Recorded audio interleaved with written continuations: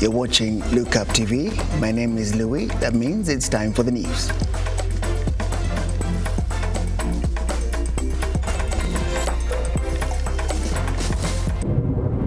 Tonight on Lookup News, the Senate forms a 11-member committee to investigate Governor Kawira.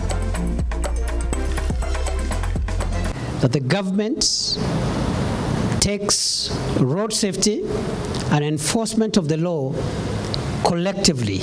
The government warns errant motorists against careless driving.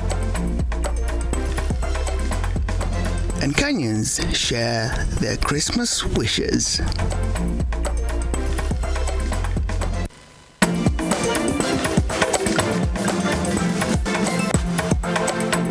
The Ministry of Transport, in song with the Interior and National Coordination Ministry, today put you on notice by launching a crackdown against drivers contravening traffic rules, and they will also sensitize road users on the importance of road safety.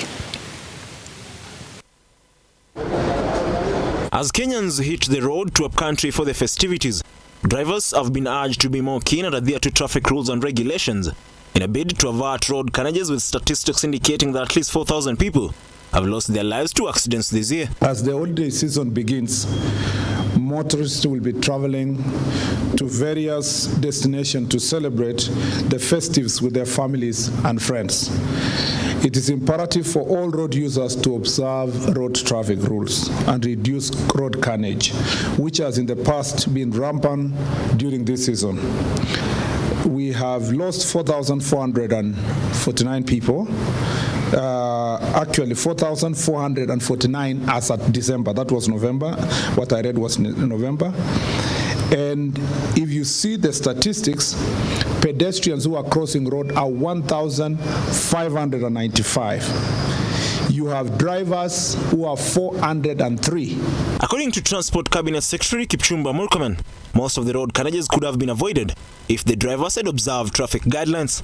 From the analysis of past reports, a high number of road carnage results from avoidable human factors, including driving under influence of alcohol, speeding, dangerous overtaking, fatigue, and ignoring traffic lights and signs, among others.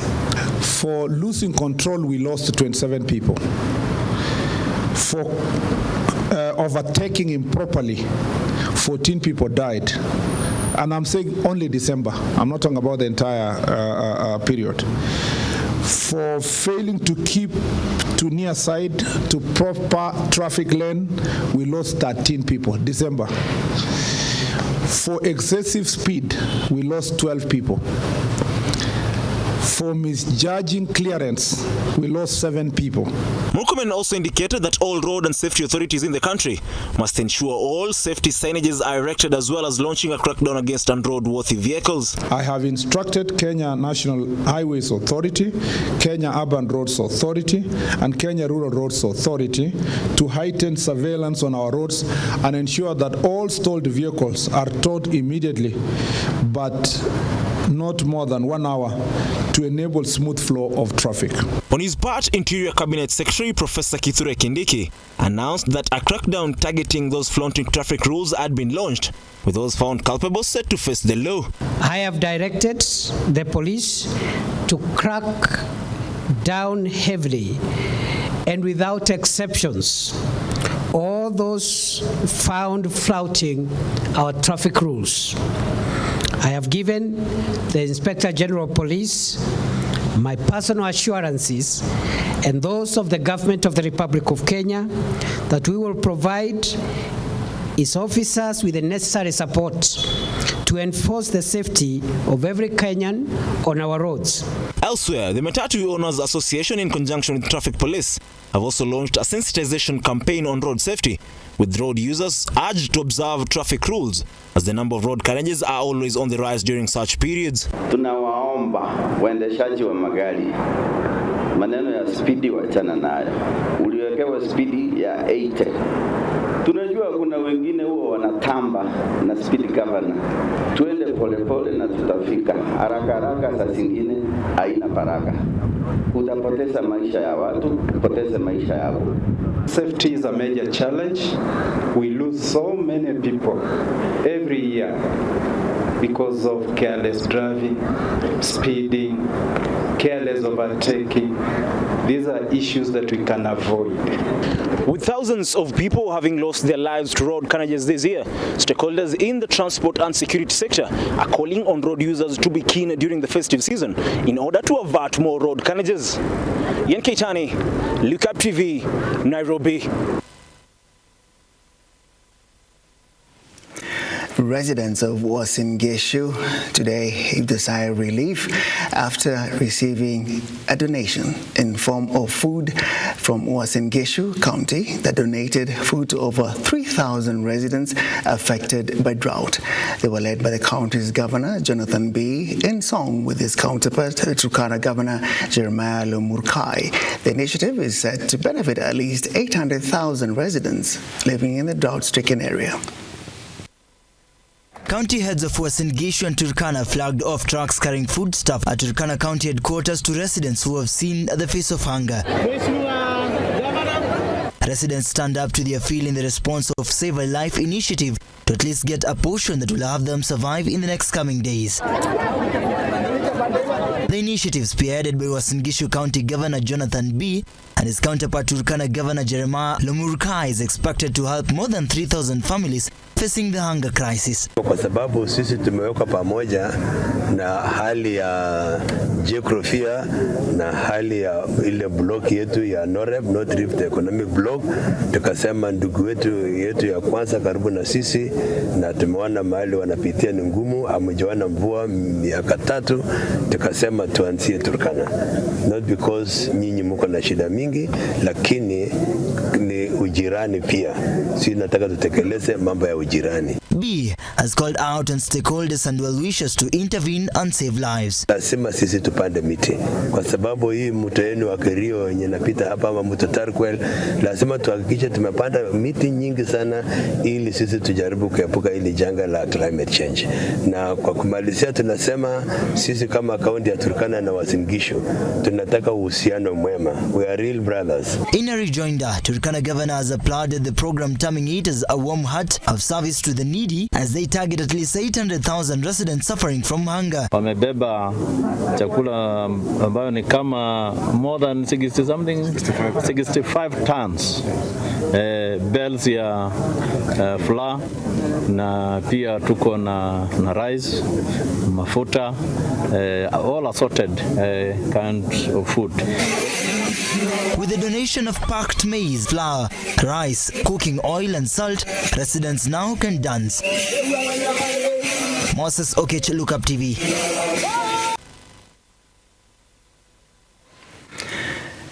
In the ongoing saga in Meru, the Senate today formed an 11-member committee to investigate Governor Kawira Mwangaza's impeachment. The committee will have, among others, Senators Boni Halwale, Jackson Mandago, Karungo Thangwa, Paris Tobiko, and Edwin Sifuna.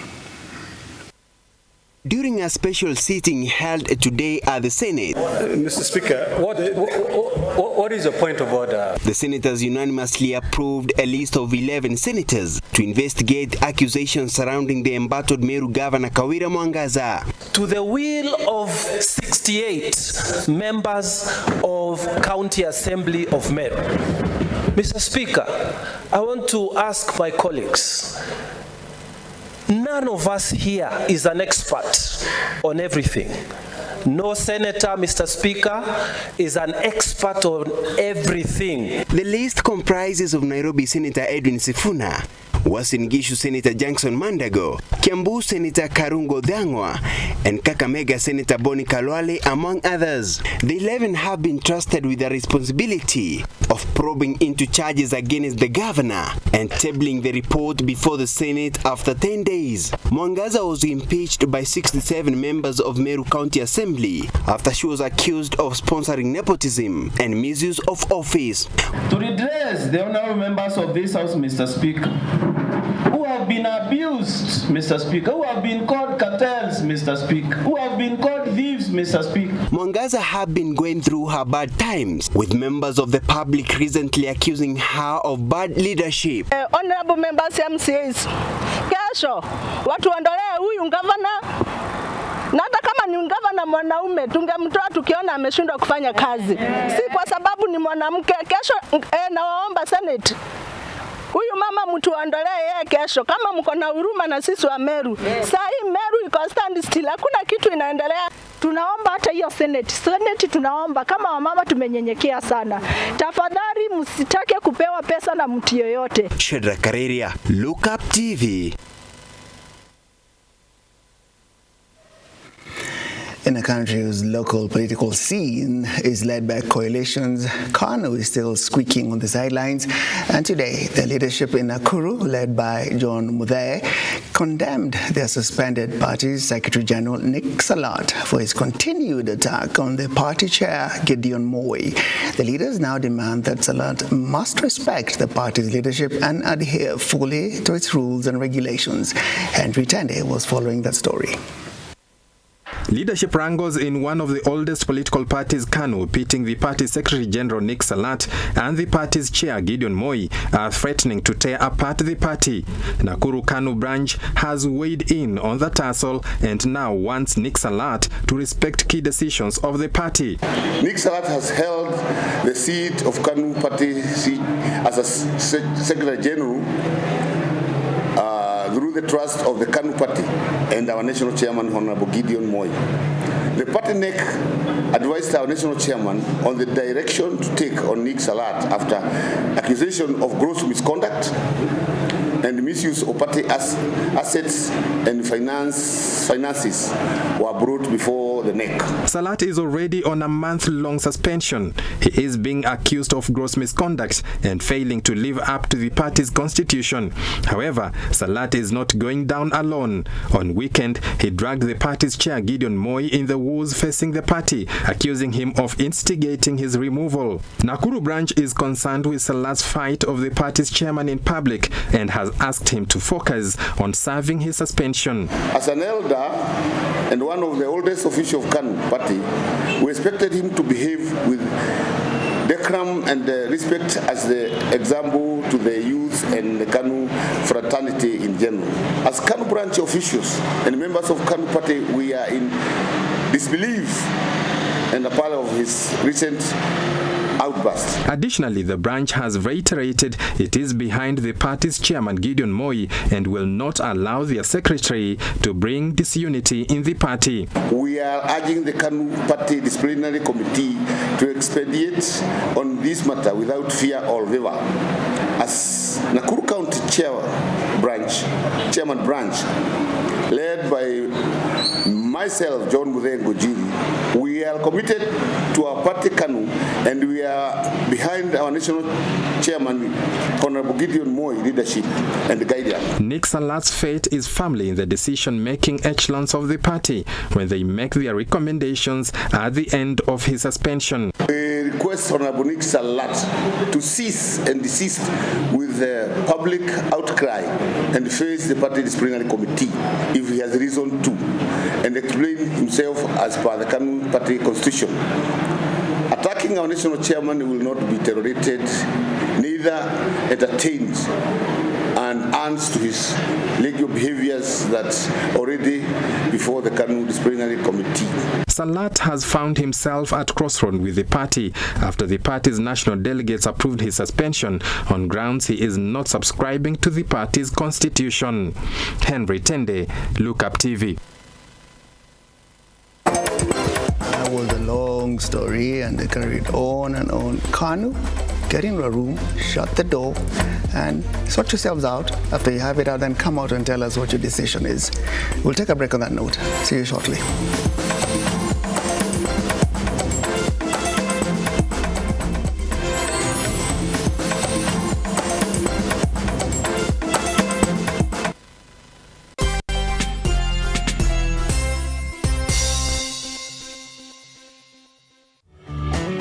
Beautiful, wonderful, glorious. We are having the show that we share entitled shepherd boys. I'm waiting for you to get me to Kenya. That's what I'm waiting for you.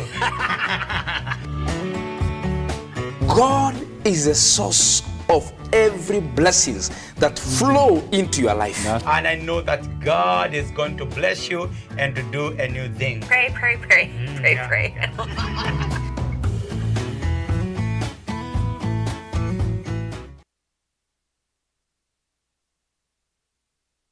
Vera Beauty and Fashion College is focused on being the leading technical and vocational training institute in the region. Our team possesses in-depth knowledge and extensive experience in the industry, offering thorough training in cosmetology, hairdressing, interior design, creative arts, training of trainers, nail technology, and fashion design. With branches in Nairobi, Thika, Meru, Eldoret, and now in Mombasa, our courses ensure that learners are completely equipped with knowledge, competency, and employability skills. Enroll today to be a part of a center of excellence.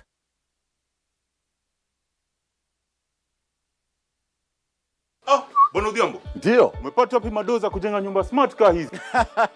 Pesa isikushtue. Nimetumia hii mashini kutoka Makiga Engineering. Ni bei nafuu, inatengeneza blocks 500 kwa siku.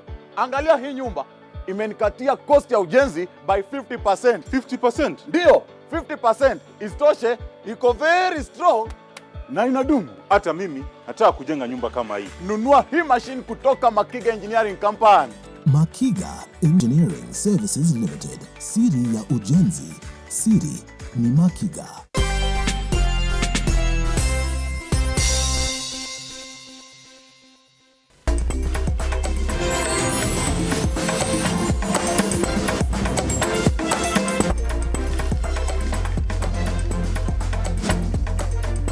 Taking insurance cover for your crops as a farmer does indeed work, as we see farmers from Bungoma County being compensated for their crops, which were infested by armyworms by the Apollo Agriculture in association with APA Insurance for the loss they incurred when planting.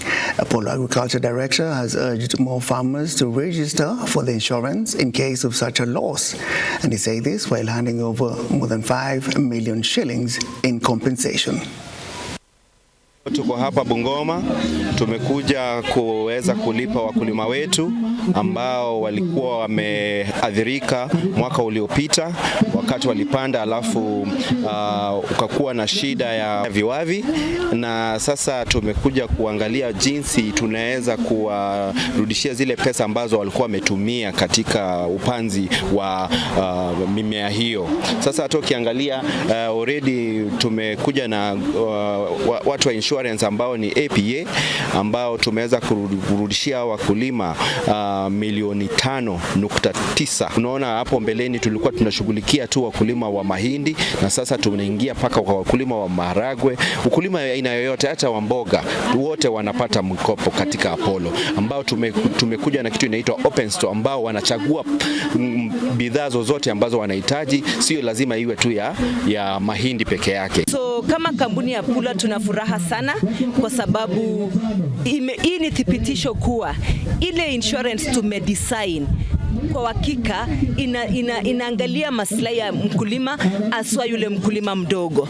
So kile himiza wakulima ni kwamba msihangaike sana mkiumia pale, mkipoteza na amuna wa kukimbilia kuwasaidia. So bima imetengenezwa kwa ajili yenu.